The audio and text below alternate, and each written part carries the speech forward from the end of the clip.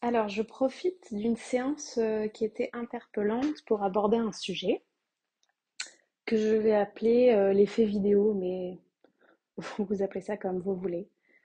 Euh, Quelque chose qu'on doit vraiment apprendre à faire ou à encaisser en tant que cavalier, c'est d'accepter de ne pas être en mode représentation, quelles que soient les personnes qu'il y a autour de nous. Donc, je m'explique. Que ça soit votre première compétition, que ça soit vos parents qui sont venus vous voir, que ça soit votre compagnon qui vient voir votre séance exceptionnellement, ou que vous essayez de tourner une vidéo un peu chouette, souvent on peut se rendre compte que le fait qu'il y ait cette personne en bord de piste, ou ça peut être aussi une personne de l'écurie, hein, où on se sentira un peu jugé ou observé, ou qu'il y ait cette caméra allumée, ou la représentation en compétition, ou alors l'investisseur qui est là en compétition exceptionnellement. Euh, tous ces événements peuvent faire l'effet vidéo. C'est-à-dire qu'en fait, on va se mettre une pression consciente ou inconsciente supplémentaire qui va nous figer euh, physiquement, mais c'est surtout, c'est-à-dire que c'est à la base émotionnel, mais qui va se traduire par un corps plus figé. Et donc, on va monter différemment, ce qui peut être très déstabilisant pour les chevaux. Dans les préférences motrices, on appelle ça être dans son ombre. Euh, C'est-à-dire qu'on a un profil préférentiel dans lequel on est nous-mêmes et avec lequel on est très fluide, très voilà, la connexion se passe bien, on a beaucoup de proprioception, on est souple, on est dispo et surtout on est dans des codes et un fonctionnement physique qui est classique pour le cheval et qu'il a appris à gérer, avec lequel on a placé nos codes. Et en fait, si on se fige parce que mentalement on est stressé, parce que voilà, l'effet vidéo, hop, on bascule dans notre ombre. C'est-à-dire qu'on se fige et qu'on va fonctionner différemment dans notre corps. On peut carrément switcher de profil dans les préférences motrices, il faudrait que j'aborde ça. Et donc avoir un fonctionnement vraiment opposé pour certains profils. Ce qui peut être complètement déstabilisant pour le cheval. C'est-à-dire que d'une part, on sera figé dans notre corps, donc on va perdre du lien. Donc il va moins pouvoir passer dans son corps à lui, vu qu'il va se heurter à un mur physique. Et d'une autre part, en plus, nos aides peuvent, alors entendons-nous bien, très finement, être différentes. C'est-à-dire que notre bassin va fonctionner de manière un peu différente, notre avant-bras sera positionné de manière un peu différente. Donc il va y avoir un vrai switch. Et ça, pour les chevaux, c'est très compliqué, vu qu'ils apprennent à traduire un code physique euh, qui est régulier et avoir une réaction. Puis au plus vous les dressez finement, au plus ils auront une réactivité à un code physique fin. Donc si ce code physique fin vient se durcir, ça peut vraiment être très déstabilisant pour un cheval qui est un peu sensible et dont on a gardé un petit peu cette sensibilité. C'est-à-dire au plus vous leur expliquez qu'à toute action, on veut une réaction, et au plus vous les gardez dans cette réactivité, au plus forcément chaque geste sera interprété de leur part. Alors, cet effet existe et il s'agit de vivre avec. C'est-à-dire que ça n'est pas un matin, on se lève et on est plus sensible à son environnement. C'est-à-dire que un professionnel va bien sûr euh, toutes ces heures passées à cheval appris à gérer, c'est pas le bon mot, mais à rester dans une certaine mesure, dans un certain calme, et donc pouvoir encaisser plus de situations, souvent au gré de l'expérience. Hein. Au plus vous courez, au plus vous avez l'habitude de courir, au plus vous montez devant du monde, au plus vous avez l'habitude de monter devant du monde. Tout ça, ce sont des choses qui s'entraînent. Par contre, pour le particulier, il peut y avoir des moments qui sont très difficiles. C'est-à-dire qu'entre des petits moments d'agacement parce que la personne n'y arrive pas et peut se mettre une pression, plus, je sais pas moi, la voisine de boxe qui est pas hyper sympa, qui vient, qui regarde et qui pich, pich, pich sur le bord de la piste, ça peut être très déstabilisant quand on est en phase d'apprentissage et qu'on veut faire tout bien et enfin voilà, ça peut venir résonner avec plusieurs failles personnelles euh, qui pourraient être de se sentir jugé, de ne pas se sentir reconnu, de se sentir humilié peut-être hein, si un jour ça ne va pas bien.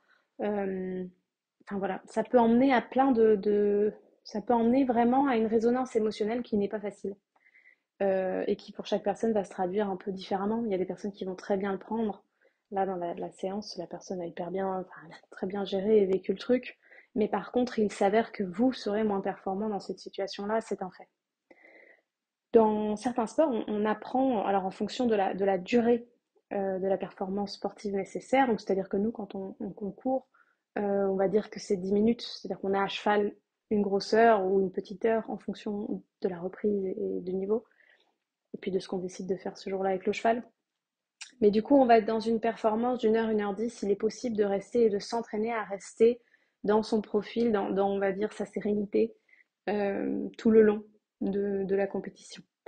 Dans certains sports, par exemple dans le golf, là, c'est 18 trous. 18 trous, ça prend un temps fou. Alors, je pense que c'est 4 heures pour la moitié, donc ça doit être 8 heures, entre 6 et 8 heures en fonction de la longueur du parcours. Et là, pour un golfeur, et c'est là que c'est hyper intéressant à suivre le mindset des autres sports, eux, il s'agit de pouvoir fonctionner dans leur ombre. C'est un entraînement à part entière. Idem pour le marathonien. Pour le marathonien, il doit fonctionner, pouvoir fonctionner dans son ombre parce que forcément, sur tous ces kilomètres, à un moment, son corps va devoir se mettre en phase de repos et changer de chaîne musculaire préférentielle pour pouvoir entamer un mode de récupération et tenir la longueur. Donc, il y a deux choses.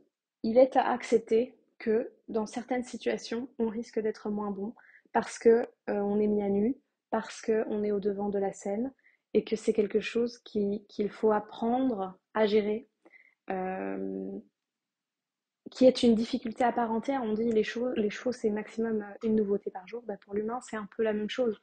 C'est qu'il y a la zone de confort et puis il y a la sortie de zone de confort. Et si aujourd'hui le job, c'est de faire des choses très très simples sans se figer face à la caméra ou à la personne qu'on aime qui est venue nous voir, ou eh bien c'est l'exercice du jour. Si ce jour-là on espère être à 110% de notre performance, nous ne sommes pas réalistes. Donc il y a une phase d'acceptation et de conscientisation de la difficulté que c'est et que ça représente d'être dans ce type de situation. C'est l'exercice à part entière. C'est comme emmener un cheval dans une piste extérieure. Pour des chevaux qui sont un peu regardants, moi je pense aux 7 ans. Mais ici j'ai le défaut de mes qualités, c'est que je suis très seule et j'ai énormément la paix. Ça me laisse une grande place à ma créativité, à être dans ma tête. Quand on me connaît, on sait que j'ai vraiment besoin de moitié-moitié dans ma vie, quoi. Moitié in front et puis moitié un grand espace de freestyle absolu et de grande solitude. Et donc, pourquoi est-ce que je dis ça? C'est que j'ai le défaut de mes qualités, c'est que les chevaux, je les travaille un par un dans un manège un peu clos et un peu stérile. Donc forcément, quand ils arrivent sur une piste où il y a plein de potes, le petit jeune là, il en a un peu peur. Bah, c'est l'exercice à part entière. C'est pas ce jour-là où je vais aller chercher ma petite foulée supplémentaire. Ça va être l'exercice à part entière. Et du coup, ça, je le pose à moi-même. Si aujourd'hui je suis filmée, il y a la photographe, j'ai beau, ça a beau être mon boulot, vous avez beau penser en regardant mes réseaux que pour moi c'est hyper facile d'être sur le devant de la scène, ou quand je fais les AB classes par exemple. Donc les AB classes, c'est je monte et j'explique en même temps ce que je fais, il faut que j'en réorganise un d'ailleurs. Mon rêve c'est d'arriver à les faire en ligne, mais c'est toujours pareil, il faut trouver. Bref, on va pas revenir là-dessus. Mais donc pour l'instant c'est en présentiel, et quand je fais ce speech en expliquant ce que je fais, pourquoi, et que les gens peuvent venir voir l'évolution de chacun des chevaux et poser leurs questions, eh bien, je reste dans une zone de confort technique. C'est-à-dire que mon exercice du jour, c'est de parler déjà en même temps que je monte, ce qui pour les chevaux est un peu particulier vu que la plupart du temps, je suis en silence, j'ai de la musique dans mes oreilles, mais je suis en silence et chaque code vocal mène à une réaction. Donc pour eux, là, ils disent, ah, elle parle, ok, ça veut rien dire aujourd'hui, je fais pas attention aux codes vocaux, ou en tout cas là, elle s'adresse pas à moi. C'est difficile pour un être vivant de savoir quand on s'adresse à lui, quand on ne s'adresse pas à lui. Il faut varier l'intonation, etc. Et le cheval est observé, c'est-à-dire il y a une interaction avec le public, donc il fait que je vais être moins concentrée. Il y a du mouvement, donc ce jour-là, l'exercice, c'est ça. Et je vais rester dans ma zone de confort technique. Je ne peux pas aller chercher 5 cm de plus sur un désaccord, mais sur un truc qui va être facile pour moi. Il en va de même pour vous. C'est-à-dire que même si vous pensez être en dehors de ce type de situation, quel que soit votre niveau et quelle que soit l'échelle à laquelle vous le vivez, il peut y avoir ce petit moment de pression où on n'est plus en train de faire ce qu'il faut pour le cheval et dans notre bulle et dans notre concentration, on est un petit peu en exhibition. Et malgré nous, parfois, parce que ça peut être une séance de travail où on se retrouve en exhibition, machin est là, donc aujourd'hui on frime un peu. Et dès qu'on est un peu là-dedans, je pense qu'on sort de ce qui est, alors ce qui est juste, c'est pas que c'est pas juste, mais de ce qui pourra être positif, cultivant pour l'avenir, etc. L'idée c'est toujours de monter un petit peu pour l'avenir. Il n'y a aucune compétition qu'il faut faire et aucune exhibition qu'il faut faire au détriment de l'avenir. C'est-à-dire que même l'apogée de votre objectif sportif n'est qu'une pierre pour renforcer une solidité qui sert à la suite. Voilà, et donc il s'agit de rester très centré sur soi. Et c'est un long travail. Et dans ce long travail, il y a des moments où on va se décentrer. Il y a des moments où on fera d'exhibition alors qu'on s'était promis de faire stretching ce jour-là, parce que machin était là, qu'on a voulu faire la belle photo. Il y aura des moments où on se mettra la pression, parce que machin est venu, on veut trop montrer à quel point le cheval a évolué. Voilà. Tout ça existe, et je pense qu'il faut l'accepter, en avoir conscience et pouvoir jongler avec. L'autre chose qu'il s'agit de bien prendre en considération, c'est que de monter à 100% de sa performance, c'est extrêmement rare. Si déjà vous montez à 60-70% au quotidien et que vous bossez à 60-70% au quotidien, mais de manière régulière, là, vous avancez grandement. Et de temps en temps, il faut accepter que vous soyez à 20, 30, 40, je sais pas, vous avez vos règles, vous avez mal au ventre, machin est là, vous êtes déstabilisé, le cheval était moins bien ce jour-là, pour tout un tas de raisons qui n'ont même pas toujours besoin d'être comprises. Pareil, il y a beaucoup de lâcher prise à avoir avec ça. Moi, personnellement, je suis très suivie physiquement. C'est toutes les 3-4 semaines. Enfin, j'ai plusieurs acteurs. Hein. J'ai fait l'équipe et j'ai fait un podcast, mais il n'est pas. Mais en tout cas, on va dire le physio, c'est toutes les 3-4 semaines. Ça m'arrive de ne faire que du travail à pied 3-4 jours avant, si je sens que je suis complètement à la retourne et que j'ai une hanche qui passe pas du tout.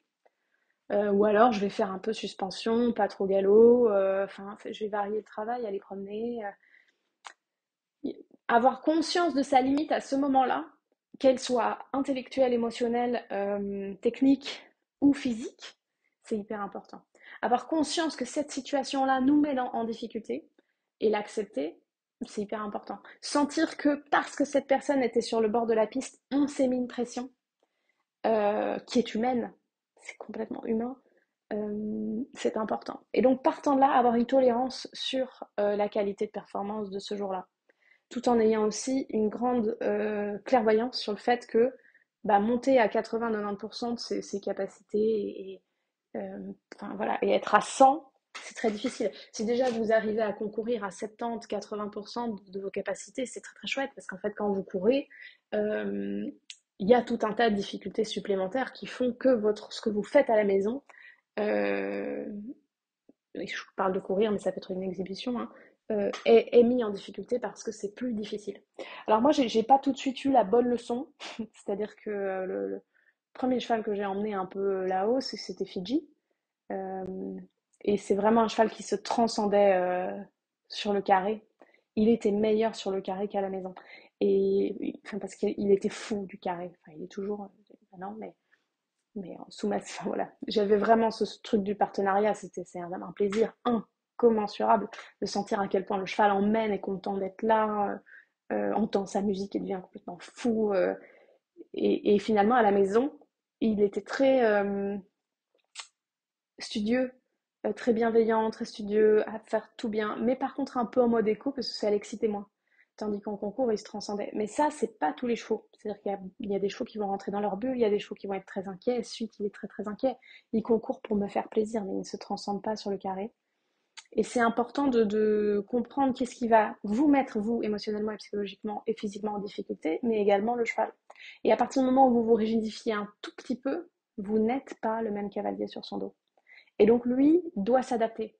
Ils ont un travail d'adaptation qui est énorme. C'est-à-dire que la moindre faute d'équilibre, il faut qu'ils l'encaissent. Le moindre corps qui se fige, ça les bloque dans leur fonctionnement. Donc il faut, idem, qu'ils apprennent à passer au travers, éviter, voilà, parce que ça peut leur faire un peu mal de ne pas finir une foulée, de se retrouver face à un mur physique. Donc le moindre changement, une hanche, vous êtes un peu moins souple d'un côté ou d'un autre, ben, il ne peut pas s'incurver exactement, vu qu'en fait c'est votre position qui emmène à la sienne. Mais vraiment, si vous voulez visualiser, enfin moi c'est un truc que je fais beaucoup, c'est je me mets à la place du cheval, littéralement. Je m'imagine être le cheval avec mon sac à dos sur le dos, ce sac à dos qui bouge, qui peut faire des fautes d'équilibre. Qu'est-ce que ça a comme impact sur mon physique à moi? Ce sac à dos qui se fige, si moi c'est mon repère, c'est-à-dire cette personne est mon repère, j'ai confiance en elle et ce jour-là, elle est un peu déstabilisée, bah mon repère n'est plus là. Qu'est-ce que je fais? Comment est-ce que je réagis à ça? Selon la maturité du cheval, selon son dressage, selon son âge, selon son état psychologique et émotionnel, parce qu'il y a des chevaux qui sont beaucoup plus porteurs que d'autres, bah, certains vont être plus réactifs à ce type de situation et d'autres moins. Voilà, alors encore une fois, c'est pas la vérité n'existe pas, les certitudes, moi personnellement, j'en ai aucune. Mais par contre, j'ai envie d'inviter à la réflexion sur cette possibilité. Sur tiens, aujourd'hui, vous montez un peu en pression. Votre séance, elle est un petit peu moins bien, mais est-ce que vous avez vraiment pris conscience de tous les facteurs qui agissaient sur vous et sur votre mindset? Est-ce que vous avez conscience que si Géraldine, que vous n'appréciez pas trop, parce qu'on est tous des humains, moi j'aime vraiment beaucoup de gens, mais de temps en temps, il y a telle personne a une énergie qui peut me figer un peu, ou je vais aller jouer plus loin. Et si cette personne reste plantée là, à vous regarder pendant toute une séance, bah, est-ce que ça va avoir un impact sur vous? Et encore une fois, c'est un métier d'apprendre à ce que ça n'en est pas. C'est un métier d'apprendre à être in front, c'est un métier d'apprendre à être dans l'exhibition, c'est un métier. Et donc, ça prend du temps de s'en foutre en fait. C'est hyper important de s'en foutre. Je vous invite mais tellement à vous en foutre de tout. Moi, c'est le terme hein, qui peut être un peu choquant, mais c'est d'apprendre à lâcher prise, d'apprendre à avoir du recul. Mais par contre, c'est extrêmement difficile. S'en foutre, c'est extrêmement difficile. Puis ça peut être un peu mal vu, hein, quand même. Regarde, il s'est passé ça, je s'en fous. Moi, j'ai pu vexer des gens en disant, écoute, ce dossier-là, voilà, c'est pas grave. Parce que pour l'autre, c'était important. C'est pas que ça n'est pas important pour moi, que ça soit important pour l'autre, mais c'est de la survie. Si vous prenez tout trop à cœur tout le temps et que tout vous tient, enfin voilà, moi je peux être un peu comme ça, que vous voulez tout faire parfaitement, enfin c'est vous vous tirez une balle dans le pied parce que du coup vous n'irez pas. Donc vivez en fait, vivez, expérimentez et ayez le recul de vous dire bah tiens aujourd'hui il y a Géraldine, c'est pas ma super pote, l'entendre faire pchit pchit sur le bord de la piste c'est un peu difficile pour moi. Ou aujourd'hui bah tiens il y a ce coach qui vient me voir, aussi le nombre de personnes en stage qui se mettent une presse. Ah oui mais alors aujourd'hui tu mais oui mais en fait moi je m'en fous que tu montes selon tes convictions parce que c'est complètement subjectif, bien, pas bien, que tu me prouves tel truc ou moi je m'en fous.